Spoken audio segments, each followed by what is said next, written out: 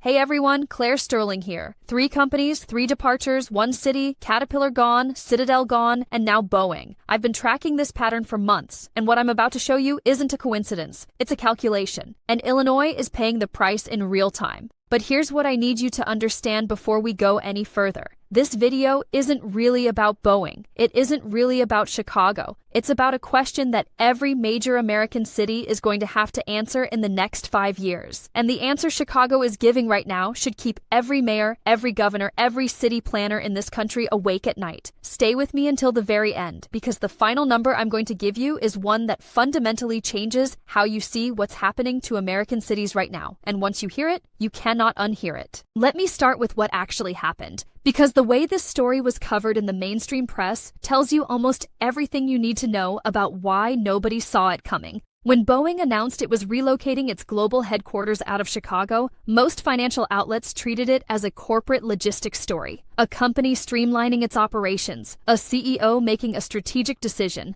Move along, nothing to see here. The Chicago Tribune ran it on page 3. CNBC gave it a 4-minute segment between commercial breaks. And then the news cycle moved on, the way it always does, to the next headline, the next outrage, the next distraction, but I didn't move on, because I had been watching Chicago for a long time. And when I saw that Boeing announcement, I didn't see a corporate relocation story. I saw the third act of something that had been building for years, something that, once you see the full shape of it, you cannot look away from. So let me show you the full shape of it. Go back to 2022, June. Ken Griffin, the founder and CEO of Citadel, one of the most powerful hedge funds on the face of this earth, announces that Citadel is leaving Chicago. Not downsizing, not restructuring, leaving. After 30 years of anchoring Chicago's financial identity, after 3 decades of being the crown jewel of the city's economic ecosystem, Griffin packed everything up and moved the entire global headquarters to Miami, Florida. And when reporters asked him how difficult that decision was, how emotional it must have been to walk away from a city he'd spent 30 years building in, his answer was 3 words. Not hard, that was it. 3 decades. And it was not hard. Now, at the time, city officials in Chicago tried to minimize the damage. They said Citadel was one company. They said the financial sector was still strong. They said the city would recover. And the press, for the most part, moved on. Because one company leaving, even a company as powerful as Citadel, can be rationalized. It can be explained away. It can be packaged as an outlier. But here's where it gets dangerous. Because Citadel wasn't an outlier. Citadel was a signal. And the people who were supposed to be reading those signals were too busy rationalizing them to actually understand what they were seeing. Fast forward to 2022, same year as Citadel. Caterpillar, one of the most iconic American manufacturing companies in existence, the company that built the machinery that built America's infrastructure, announces it is relocating its global headquarters from Deerfield, Illinois, to Irving, Texas. This is a company that had been in Illinois since 1925. Nearly a century of history, nearly a century of jobs, tax revenue, economic activity, community investment, gone. Relocated to Texas, 0 state income tax, business-friendly regulations, a governor who actively courts major corporations. The contrast could not have been more direct or more deliberate. And still, Chicago's political leadership framed it as an isolated event, a one-off, a company chasing a Sun Belt trend, not a symptom of something deeper, not a warning, not a pattern. And then came Boeing. Now, this is the part that should scare you, because Boeing didn't just leave Chicago. Boeing left in a way that tells you everything you need to know about what Illinois has become for major corporations. Boeing had been in Chicago since 2001. That was the year the company made a high-profile decision to move its headquarters from Seattle to Chicago, choosing the city over Denver and Dallas in a nationally watched competition. At the time, it was celebrated as a massive win for Illinois. Proof that Chicago could attract the biggest, most consequential companies in the world. Proof that the city was world-class. And for a while, it was. Boeing's presence in Chicago meant thousands of high-paying jobs. It meant corporate tax revenue. It meant the kind of economic gravity that attracts other companies, other talent, other investment. And then it reversed. Quietly at first, then faster, then all at once.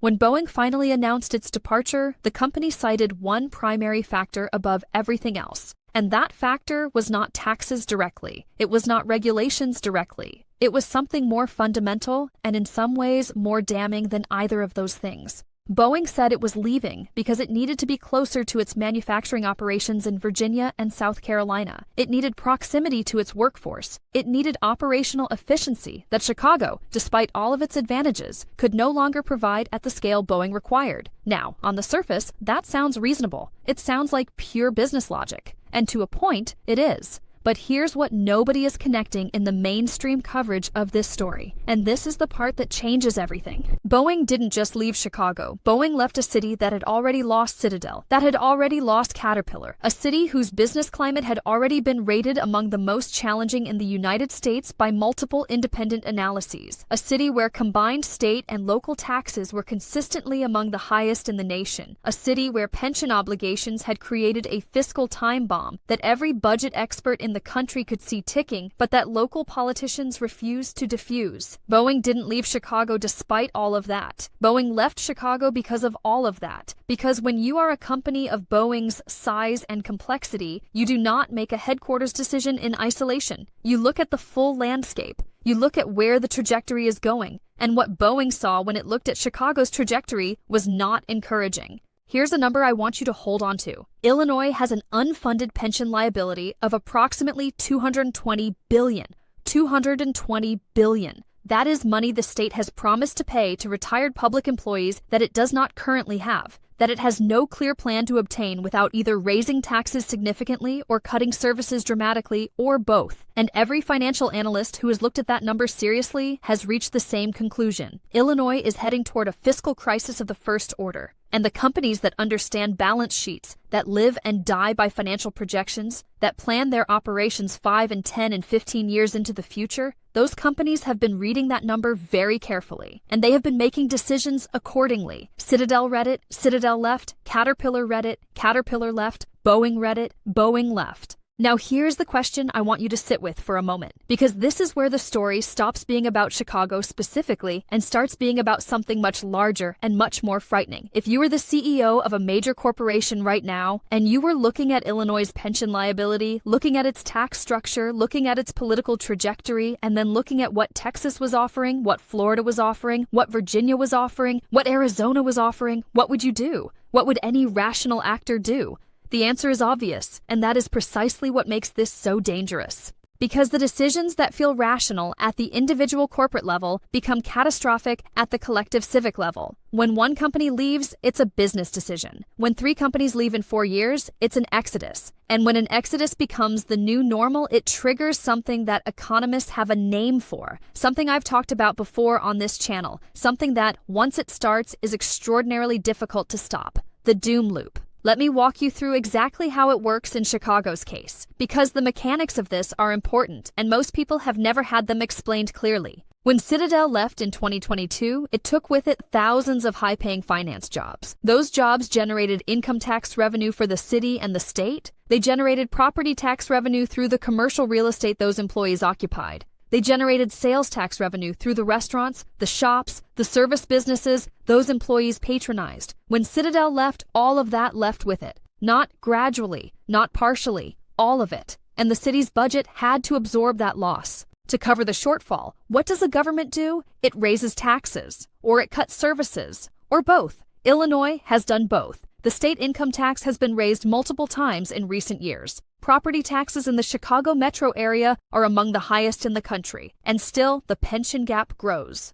Still, the budget crisis deepens. And every time taxes go up, another calculation gets made in another corporate boardroom. Another CFO runs the numbers. Another comparison gets drawn between what it costs to operate in Illinois versus what it costs to operate in Texas. And another moving truck gets ordered. This is the loop. Higher taxes push companies out. Companies leaving shrinks the tax base. Shrinking tax base forces higher taxes to cover the gap. Higher taxes push more companies out. Round and round. Every rotation worse than the last. Chicago is already inside this loop. And the departure of Boeing may be the moment when the loop's momentum becomes genuinely difficult to reverse. But I need to stop talking about corporations for a moment, because this is the part of the story that the financial press almost never covers. And it's the part that actually matters the most. When Citadel left Chicago, Ken Griffin moved to Miami. He bought a $45 million house. He built a $1 billion tower. He is, by every measurable standard, thriving. His employees who relocated to Miami are, for the most part, also thriving. Lower taxes, better weather, a city that wanted them there.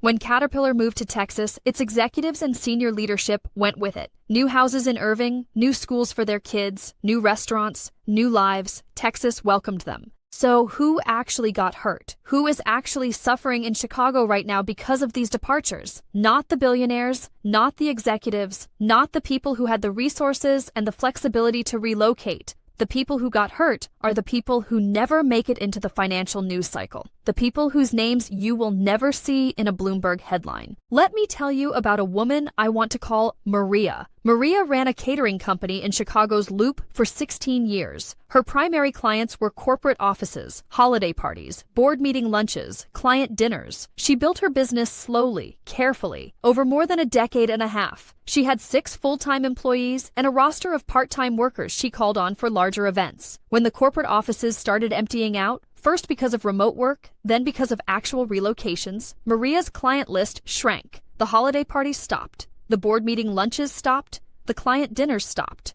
By the time Boeing announced its departure, Maria had already laid off 4 of her 6 full-time employees. She is currently deciding whether to close the business entirely or try to pivot to a residential market that is far more competitive and far less lucrative than the corporate market she built her life around. Maria didn't make a policy decision. Maria didn't vote for higher taxes. Maria didn't create the pension crisis. Maria just ran a catering company, and now that company may not survive because the corporations that were her clients are gone, and they are not coming back. Multiply Maria by thousands. Multiply her by the dry cleaners and the parking garage operators and the coffee shop owners and the lunch counter workers and the office supply delivery drivers and the corporate event photographers and the business hotel concierges and everyone else whose economic livelihood was built on the foundation of Chicago's corporate ecosystem. When that ecosystem starts to crack, all of them feel it. Not the people in the penthouse offices, the people serving those offices, the working class, the people that every politician in Illinois claims to be fighting for. This is what a corporate exodus actually looks like from the ground level, not a stock price chart, not a tax revenue spreadsheet, a catering company with 6 employees becoming a catering company with 2, becoming a catering company that might not exist next year. Now let me get to the number I promised you at the beginning of this video. The number that, once you understand it fully, changes everything about how you see what is happening to Illinois right now. $220 billion.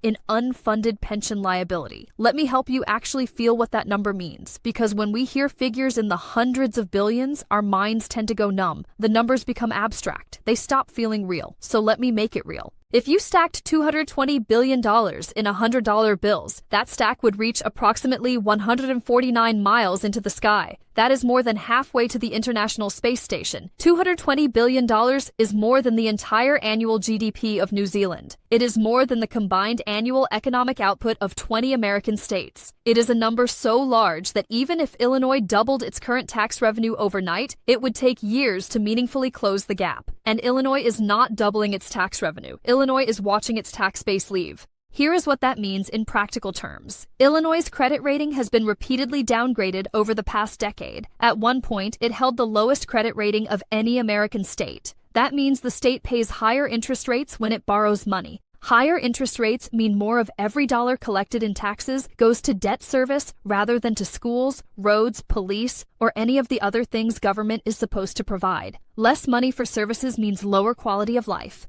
Lower quality of life pushes more residents and businesses out, which shrinks the tax base further, which makes the pension gap worse, which leads to more downgrades, which raises borrowing costs further. I want you to feel the weight of that loop for a moment, because it has no natural exit. There is no point in that cycle where it corrects itself automatically. The only way out is through decisive, politically painful action. Higher taxes, which accelerates the exodus, or dramatic cuts to pension benefits, which requires fighting the most powerful public sector unions in the country, or some combination of both, which requires political courage that Illinois' leadership has not historically demonstrated. And this is the part that genuinely frightens me, because I have been watching this pattern long enough to know what comes next when a city refuses to make those hard choices. Look at Detroit. Detroit was once the fourth largest city in the United States. It was the arsenal of democracy. It was the city that built the cars that built the middle class, and then the manufacturing left, and the tax base shrank, and the services deteriorated, and the middle class followed the manufacturing, and the doom loop tightened, and tightened, and tightened, until July 2013, when Detroit filed for the largest municipal bankruptcy in American history, $18 billion in debt. Pensioners who had spent their entire careers in public service received cents on the dollar. Retirees who had planned their entire financial lives around promises the city had made to them suddenly found those promises were not worth the paper they were written on. Detroit's bankruptcy did not happen overnight. It happened over 30 years of compounding decisions, each one making the next one slightly harder, each one tightening the loop slightly further, until the weight of it all became too great to bear. Chicago is not Detroit. I want to be clear about that. Chicago is a larger, more diversified economy. It has assets and advantages that Detroit never had. But the pattern, the underlying structural pattern of promises exceeding capacity and corporations voting with their feet and tax bases eroding and political leadership refusing to face hard truths, that pattern is uncomfortably, undeniably familiar. Here is something that almost nobody is discussing right now, and I think it might be the most important thing in this entire video. When Boeing left Chicago, it didn't just take its headquarters, it took its gravitational pull. Major corporations don't exist in isolation. They exist in ecosystems. They attract suppliers, vendors, consultants, professional services firms, talent. The presence of a company like Boeing in a city sends a signal to every other company that is evaluating that city. It says, this is a place where major corporations choose to be, where serious business gets done, where the conditions are favorable enough that a company of this caliber has decided this is where it wants to plant its flag.